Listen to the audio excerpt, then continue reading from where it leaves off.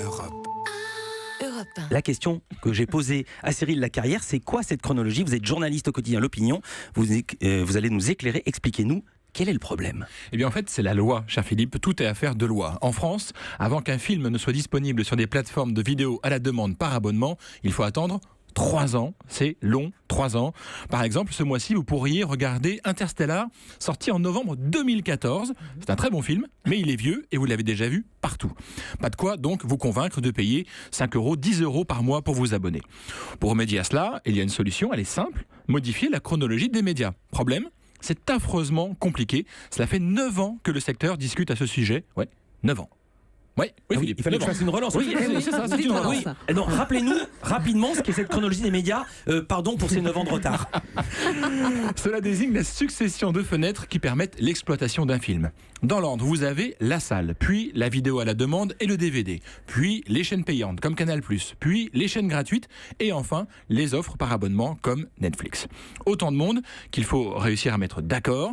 Pour tenter d'y parvenir, Françoise Nyssen, la ministre de la Culture, a décidé de jouer la menace. Effectivement, des films sur Netflix, il faut attendre 3 ans. Et donc, qu'est-ce qui se passe ? La problématique du piratage. Donc, il est évident qu'on ne peut pas en rester là. Et comme c'est quelque chose qui doit... Faut que ça aille plus vite. Faut que ça aille plus vite. Et nous avons nommé un médiateur dont on demande que des conclusions soient établies d'ici 6 mois. Sinon, on prendra nos responsabilités. Autrement dit, si vous êtes incapable de vous entendre, on réglera cette histoire avec une loi. Mais alors pourquoi personne n'arrive à se mettre d'accord ? Eh bien parce que chacun tente de protéger son petit bout de territoire. Et puis c'est une histoire de gros sous, notamment ceux de Canal+.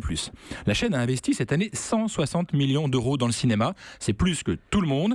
Et forcément, cela lui donne du poids. Pas question donc de fâcher Canal. Surtout que les nouveaux venus, les Netflix, les Amazon et même Altis sont installés hors de France, avec des avantages qui vont avec, pas de contraintes éditoriales et financières, et une fiscalité, disons, avantageuse. Canal ne se prive d'ailleurs pas pour dénoncer une concurrence déloyale. Et alors, au milieu de tout ce bazar où personne ne s'entend, est-ce qu'il y a quelques idées nouvelles qui émergent ? Eh bien, iCinema.com. J'allais le dire, il y a bien sûr celle de iCinema.com. Oh, dis donc. Et puis, il y a Netflix aussi, bien sûr, qui a tenté clairement d'imposer de nouvelles règles. 2 de ces films étaient sélectionnés à Cannes cette année. Malheureusement, ça n'a pas plu à la profession parce que Netflix avait bien l'intention de les proposer à ses abonnés et sans attendre, bien sûr, les 3 ans réglementaires. Du coup, c'est terminé des films Netflix sur la croisette. Luc Besson aussi a une idée du même genre. Moi, je suis pour, évidemment, une chronologie des médias bien différente.